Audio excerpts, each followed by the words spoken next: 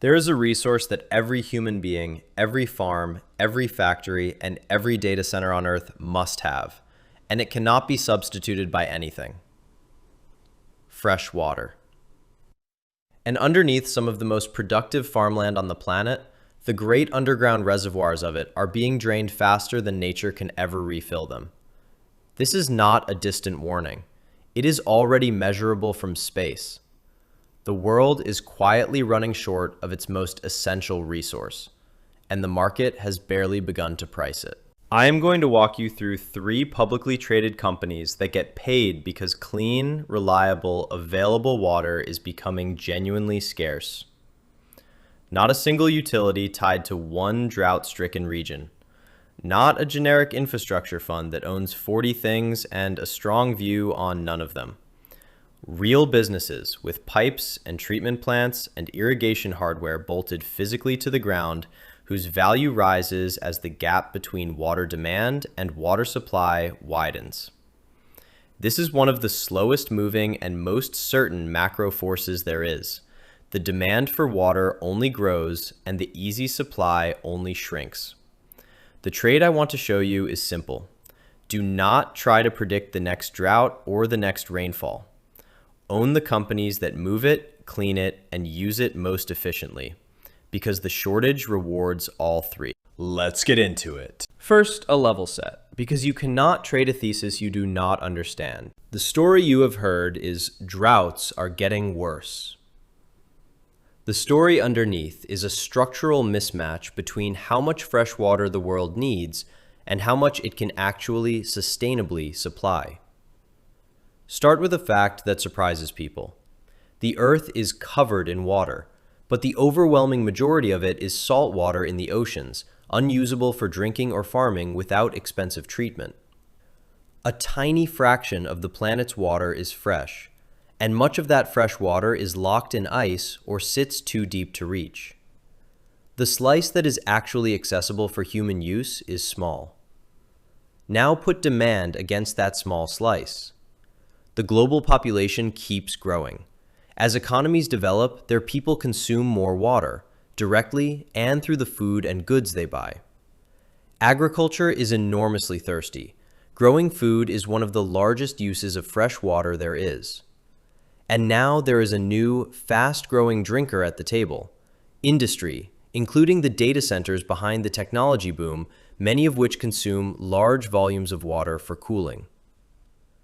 Demand from every direction is rising. And here's the part that makes it a genuine crisis rather than a cycle.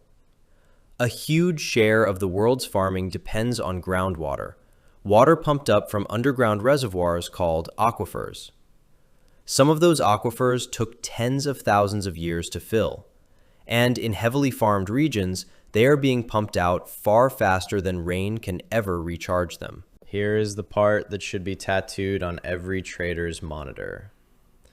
When you pump an ancient aquifer faster than it refills, you are not using a renewable resource, you are mining a finite one. It behaves exactly like draining a savings account that earns almost no interest. Every gallon pumped out is a gallon that, for all practical purposes, is not coming back in a human lifetime. And the depletion is now severe enough that satellites can measure it.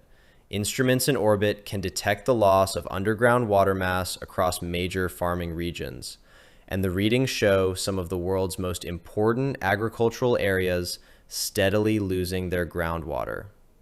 Think about what that implies.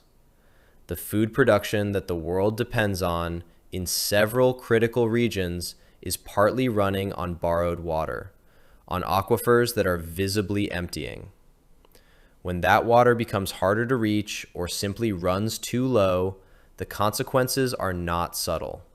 Wells go dry, farmland goes idle, the cost of water rises, and cities, farms, and industry begin to compete directly for a shrinking shared pool. This is the slow motion crisis. Not a single dramatic event, but a steady, measurable, decades-long tightening of the supply of the one resource nothing can replace. So you have relentlessly rising demand on one side and a finite, depleting, slow to recharge supply on the other. When that happens, three things get extremely valuable extremely fast.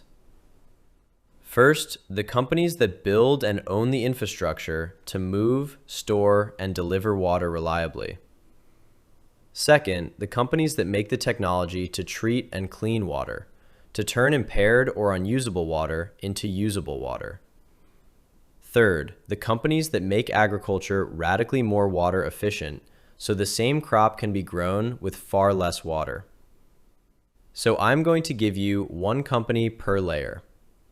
3 names. 3 different ways to express the same macro bet. Name 1.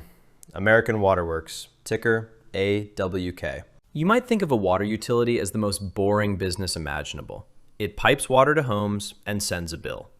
That apparent dullness is exactly why it is such a powerful way to express this trade. This company is the largest publicly traded water and wastewater utility in the United States. It owns the physical systems that supply drinking water and treat sewage for millions of people across many states. The reservoirs, the treatment plants, the vast underground networks of pipe. Now here is what makes a water utility a special kind of business. It is, in most of its service areas, a natural monopoly. It does not make economic sense to build a second, competing set of water pipes down every street.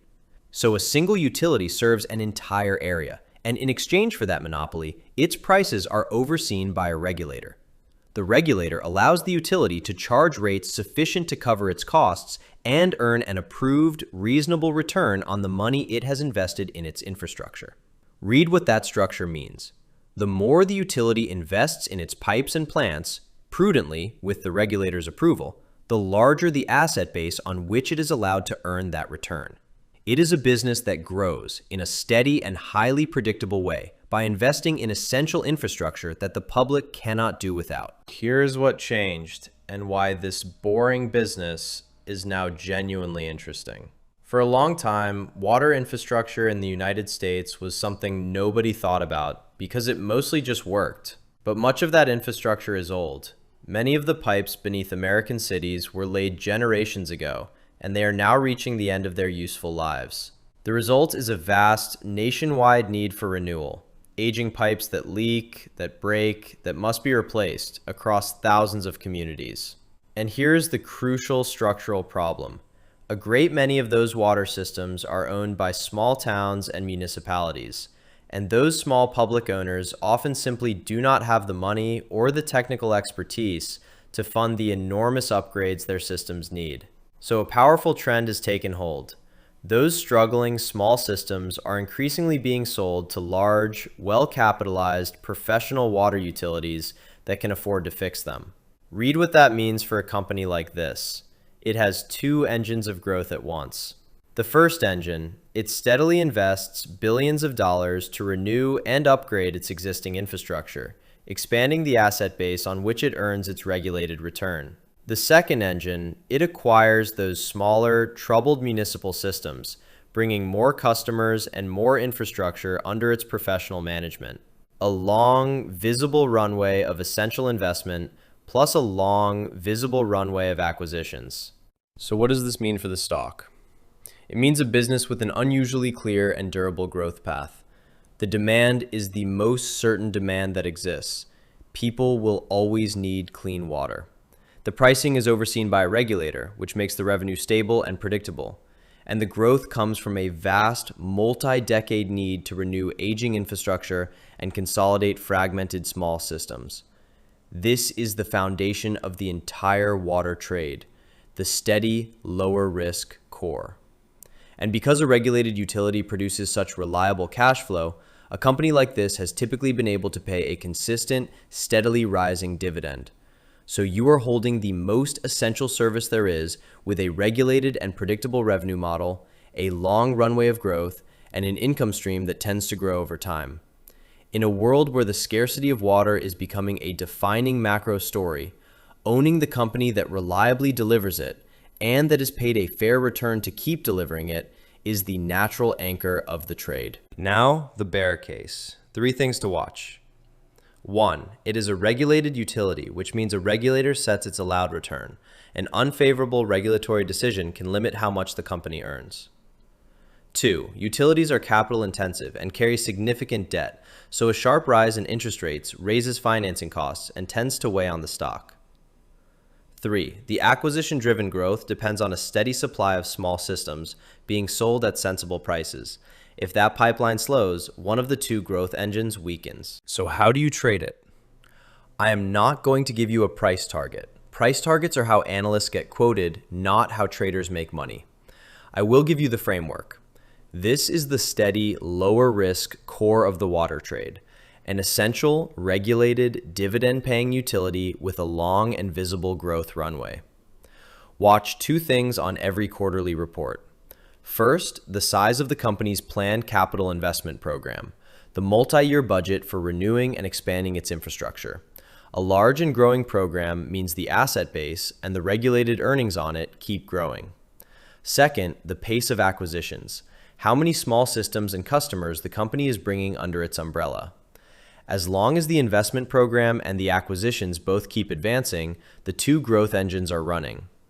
If regulators turn hostile or the acquisition pipeline dries up, that is the signal that the growth path is narrowing and your cue to reassess. Name 2. Xylem, ticker XYL. This is, in my view, one of the most direct ways to own the solution to water scarcity, rather than just the delivery of water. And to see why, you have to understand a key idea. When fresh water becomes scarce, the answer is not only to move it more efficiently. It is to dramatically expand what counts as usable water in the first place. Think about it. There are vast quantities of water that are not currently usable. Seawater, brackish water that is too salty to drink, heavily polluted wastewater, industrial water full of contaminants. Technology is what converts those unusable sources into clean, usable supply. And technology is what finds and stops the staggering volume of water that is simply lost to leaks before it ever reaches a tap. This company is one of the largest pure-play water technology companies in the world. It does not primarily own the pipes the way a utility does. It makes the equipment and the technology that the entire water industry runs on, the pumps that move water, the systems that treat and disinfect it, the advanced filtration that cleans it, and the smart sensors and software that detect leaks and manage water networks intelligently. If a utility, a city, or a factory anywhere in the world needs to treat water, move water, or stop wasting water, it buys from a company like this. Why does that matter so much in a scarcity world? Because water scarcity does not just create demand for water, it creates demand for water intelligence. Consider the leak problem alone. A large share of treated drinking water, water that has already been cleaned at real expense, is lost on its way to customers, leaking out of old, cracked pipes underground. In a world of abundant, cheap water, those leaks were tolerated as a cost of doing business. In a world of scarcity, every leaked gallon is a scandal. So utilities are increasingly willing to spend on smart sensors and monitoring systems that can detect a leak underground and pinpoint it, technology this company sells. Now consider treatment. As clean sources dwindle, the world is forced to use harder, dirtier, saltier water. And harder water demands more advanced treatment technology to make it safe. And consider reuse, the growing practice of treating wastewater to a high standard so it can be used again instead of being discarded. Every one of these responses to scarcity, leak detection, advanced treatment, water reuse, is a source of demand for exactly the kind of technology this company makes. The scarcer water becomes, the more the world is forced to invest in the technology that stretches every drop. This company sells that technology broadly across the entire global water industry. The numbers that matter for a company like this are different from a utility's. The first is the order backlog, the value of equipment and project orders the company has signed but not yet delivered. A large and growing backlog means years of demand are already booked, a visible runway of revenue written down in contracts. You want to see that backlog climbing. It is the signal that the world's spending on water technology is accelerating. The second is the share of revenue that is recurring. The income from services, parts, software subscriptions, and ongoing monitoring, rather than one-time equipment sales. Recurring revenue matters because it is stickier and more predictable. Once a utility installs a network of this company's smart sensors, it keeps paying for the software and the service that make those sensors useful year after year. So a rising backlog tells you demand is strong, and a rising share of recurring revenue tells you that demand is becoming more durable and more predictable. When both are climbing, you have a water technology business that is not just selling more hardware, it is building a growing base of long-term, repeatable income. That is the case, a broad, global, technology-driven way to own the solutions that scarcity forces the world to buy. And here is the kicker. This company's market is genuinely global, and that is a significant strength. Water scarcity is not confined to one country. It is a worldwide condition. Dry regions on every continent, fast-growing cities everywhere outrunning their water supply, industrial users everywhere needing more treatment. Because this company sells technology rather than operating a local pipe network, it can serve all of those markets. Its growth is not chained to the fortunes of a single region or a single regulator. Now, the honest catch. As an equipment and technology company, it is somewhat more cyclical than a regulated utility. In an economic downturn, a city or an industrial customer can sometimes delay a large capital project, push the new treatment plant out a year, and that can soften the company's orders for a time. But read that correctly. The delay is a matter of timing, not of direction. A postponed water project is not a canceled need. The aquifer is still depleting. The pipes are still leaking. The population is still growing. The underlying driver does not pause. You accept a degree of cyclicality in exchange for broad, global, technology-driven exposure to the single most certain resource trend there is. The bear case. 1. The company is more cyclical than a utility. An economic downturn can delay customer projects and soften orders. 2. It competes with other large industrial and technology firms in the water space, and competition can pressure margins. 3. A meaningful part of its business is international, which adds currency and regional economic risk. How I think about the trade. This is the technology and solutions sleeve of the water trade, a broad, global way to own the equipment that scarcity forces the world to install. If you believe water scarcity drives decades of rising investment in treatment, reuse, and leak reduction, and the depleting aquifers say it does, this company sells into all of it. Watch two numbers on every earnings call: the order backlog quarter over quarter, and the share of revenue that is recurring. As long as the backlog is growing and recurring revenue is rising, the company is converting the scarcity trend into durable demand. If the backlog stalls for several quarters, that is the signal that water technology spending is slowing and your cue to reassess. Name 3. Lindsay Corporation, ticker LNN. We have covered the company that delivers water and the company that treats it, but now step back and ask the single most important question in the entire water story. Where does most of the world's fresh water actually go? The answer, by a wide margin, is agriculture. Growing food consumes the largest share of the fresh water that humanity uses, far more than homes and far more than industry. Sit with that for a moment.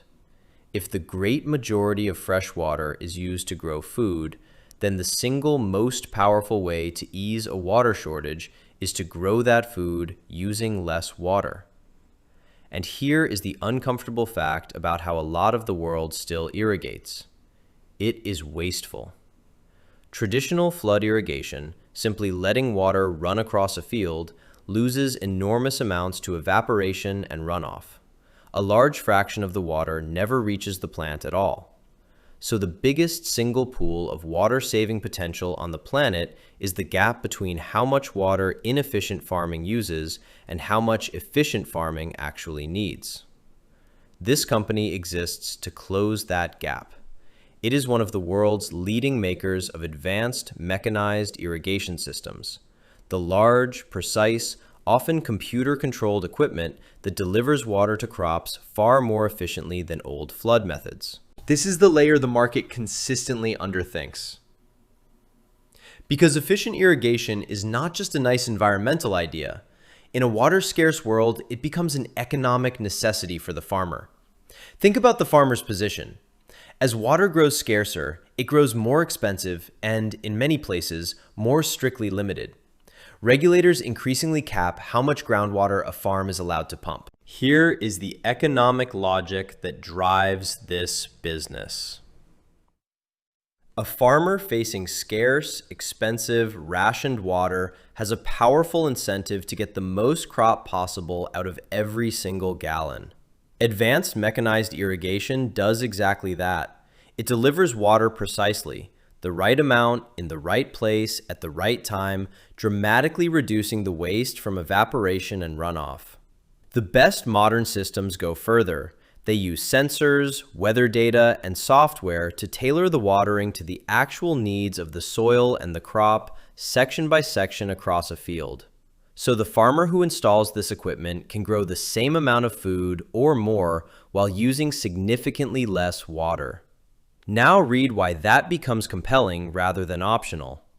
When water was cheap and unlimited, efficient irrigation equipment was a discretionary upgrade, nice but easy to delay. When water is scarce, expensive, and capped, that same equipment becomes essential. It can be the difference between a farm that stays viable and a farm that cannot get enough water to operate. Scarcity converts this company's product from a luxury into a necessity. And there is a second force, the long-term need to feed a growing global population from a fixed amount of farmable land and a shrinking supply of water. The only way to square that is to make every unit of land and every drop of water more productive. Efficient irrigation is central to doing exactly that. The numbers that matter for this company are specific to its business. The first is the demand for its irrigation equipment, split between two kinds of markets. In developed farming regions, much of the sale is about upgrading, a farmer replacing old, inefficient equipment with a modern, precise, water-saving system. In developing regions, it is often about expansion, bringing efficient mechanized irrigation to farmland for the first time. Both are large, long-term sources of demand, and both are driven by the same scarcity logic. The second thing to watch is the role of technology in the sales.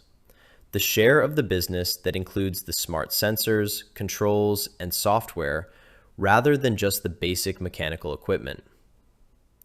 That technology layer matters because it is higher value and it can generate ongoing revenue, and because it is exactly what makes the irrigation precise enough to deliver serious water savings. When equipment demand is healthy across both developed and developing markets, and the technology content of each sale is rising, you have an irrigation business that is growing and becoming more sophisticated at the same time. That is the case, a direct, focused way to own the single largest water-saving opportunity on Earth, which is the water used to grow the world's food. And here is the kicker. This company's irrigation business is genuinely global, which spreads its opportunity across many different farming regions and climates. But it also has a second, separate business that adds an interesting dimension. It makes road infrastructure products, including barriers and equipment used in transportation safety. That second business is not part of the water thesis, and that is the point to be honest about. It means this is not a pure play water company the way the utility and the technology company are closer to being. Part of the company is exposed to road and transportation spending, which follows its own separate cycle. And the core irrigation business has its own honest catch. It is tied to the financial health of farmers. Farm incomes rise and fall with crop prices, and when crop prices are low and farmers are feeling poor, they tend to delay big equipment purchases, which can make this company's irrigation sales bumpy from year to year. But read that correctly. The year-to-year bumpiness from the farm cycle sits on top of a powerful long-term direction. Crop prices will rise and fall, but the structural need to grow more food with less water does not reverse. You accept the agricultural cyclicality and the non-water side business in exchange for direct exposure to the largest water efficiency opportunity there is. The bear case. 1. The irrigation business is tied to farm incomes. A stretch of low crop prices can cause farmers to delay equipment purchases and soften sales. 2. The company is not a pure play water company. Part of it is a separate road infrastructure business with its own unrelated cycle. 3. It is smaller than the utility and the technology company, so a weak agricultural year affects it more sharply. How to trade it. This is the agricultural efficiency sleeve of the water trade, a focused way to own the technology that lets the world grow food with less water.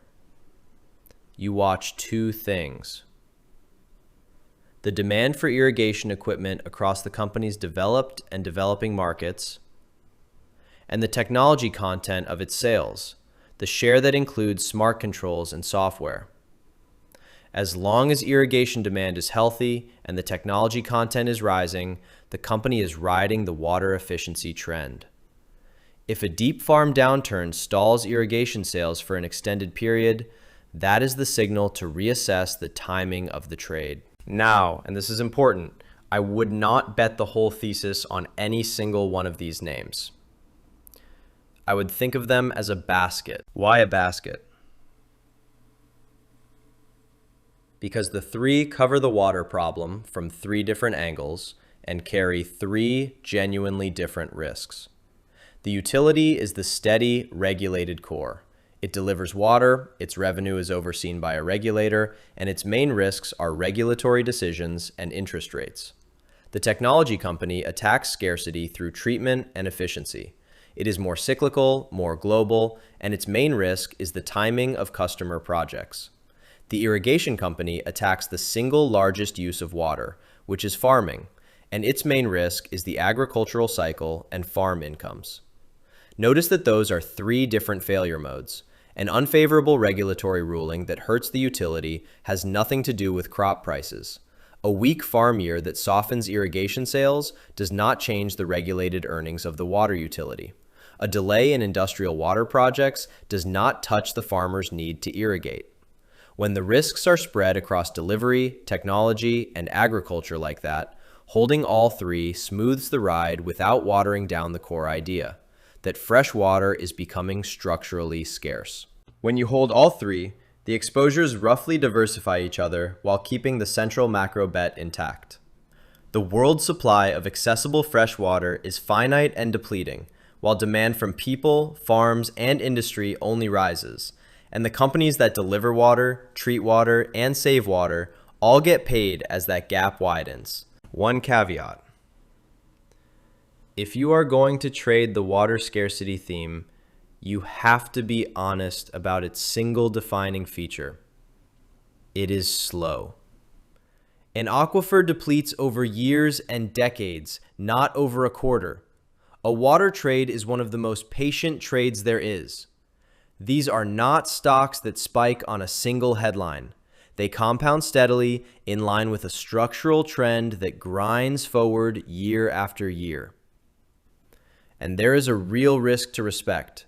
Water is a deeply political resource. Governments regulate its price, its allocation, and who is allowed to profit from it.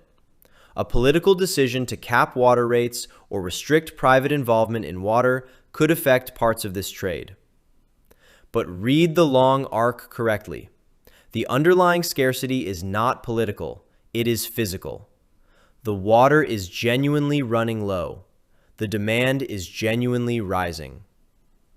I do not know the exact pace, but the direction is as certain as any macro force there is, and the basket is built to be patient. Position size accordingly.